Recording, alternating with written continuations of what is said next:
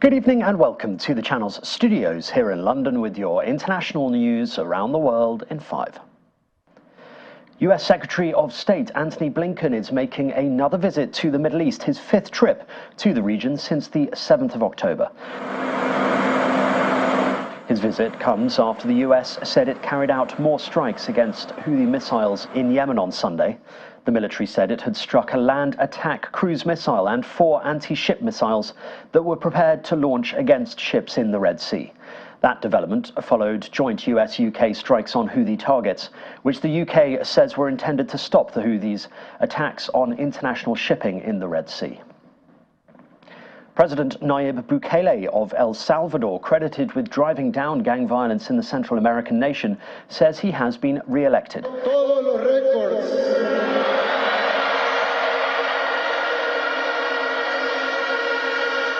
The 42-year-old took to social media to say he had won 85% of the vote. Preliminary results later showed him winning 83% with 31% of votes counted. His popularity has soared following a crackdown on crime that has transformed El Salvador from one of the most violent countries in the world to one of the safest in Latin America. He declared himself the winner before the official results were announced, telling his cheering supporters that he had achieved the biggest difference between first place and second place in history. Local authorities say at least 112 people have been killed by forest fires in Chile's Valparaiso region. It is believed to be Chile's deadliest forest fire on record. Many of those affected were visiting the coastal region during the summer holidays. A health alert was put in place by Valparaiso by the Health Ministry.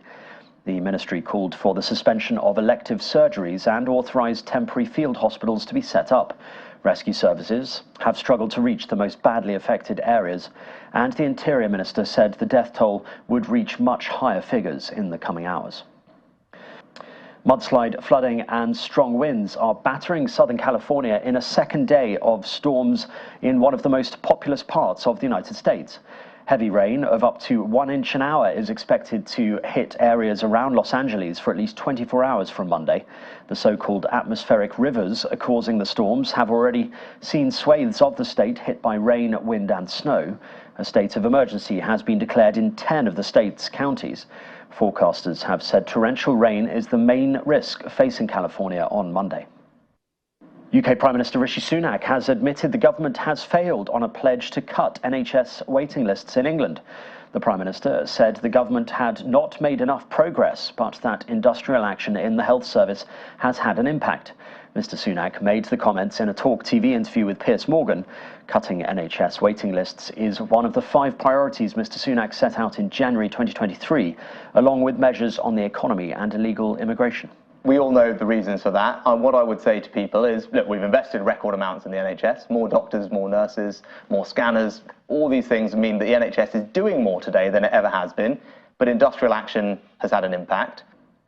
Mobile internet access has been temporarily cut in Senegal, the government has announced, a day after hundreds protested against President Macky Sall's postponement of the presidential election. It